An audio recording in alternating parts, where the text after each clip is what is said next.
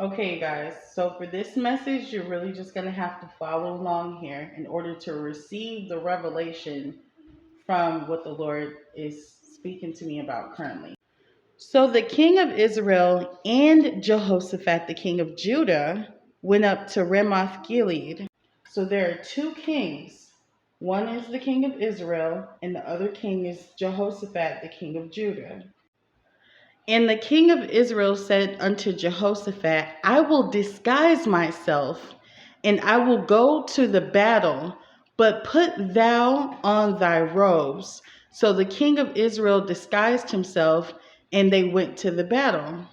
All right, so the first king, the king of Israel, told the king of Judah, which is Jehoshaphat, to keep his royal robes on so that he may present himself as king on the battlefield.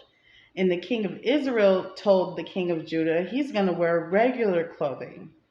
Now, there's a reason for this. He's disguising himself as a regular commoner while he tells the other king to wear his royal robes. Follow me. Now the king of Syria had commanded the captains of the chariots that were with him, saying, Fight ye not with small or great, save only with the king of Israel. So, king of Syria is looking for the king of Israel, okay?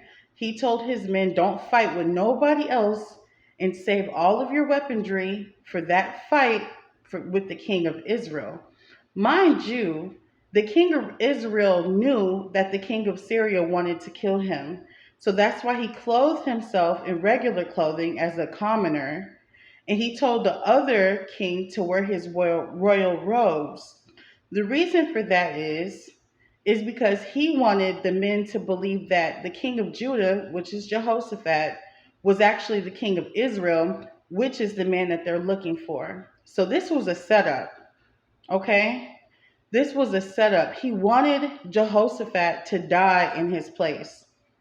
That's the reason why he dressed himself up as a regular person and had Jehoshaphat wear his royal robes so that they would believe that he's the king of Israel and he's the man that they're looking for, and he's not. Okay, let's continue. And it came to pass when the captains of the chariots saw Jehoshaphat that they said, It is the king of Israel. Therefore they compassed about him to fight. But Jehoshaphat cried out to the Lord, and the Lord helped him, and God moved them to depart from him.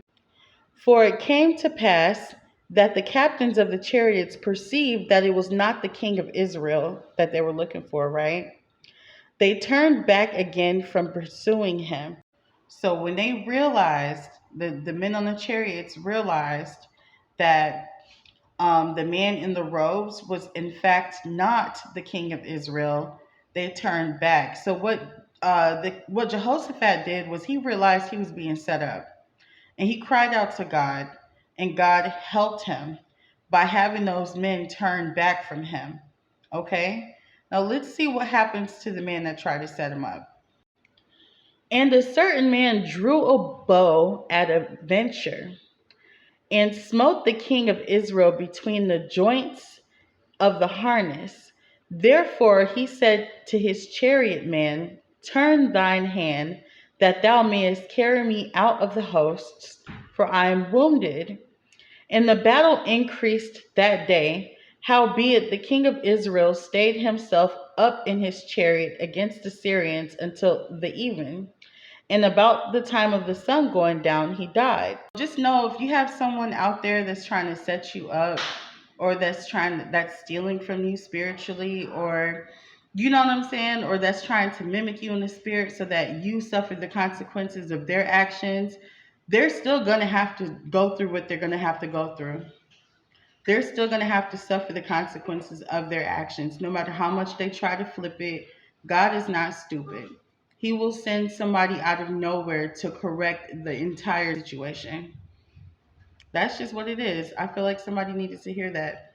Anyways, I love you guys, but that was the message. He led me to the Second Chronicles, and he said the same fate that the king of Israel tried to avoid by trying to switch identities in the spirit, or not in the spirit, but trying to switch identities with Jehoshaphat, he still ended up with what was supposed to happen to him. He was better off just being himself.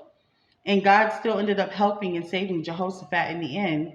So it was just like pointless to even do all of what they did, you know? Anyways, I love you so much. Talk soon. Y'all will in peace.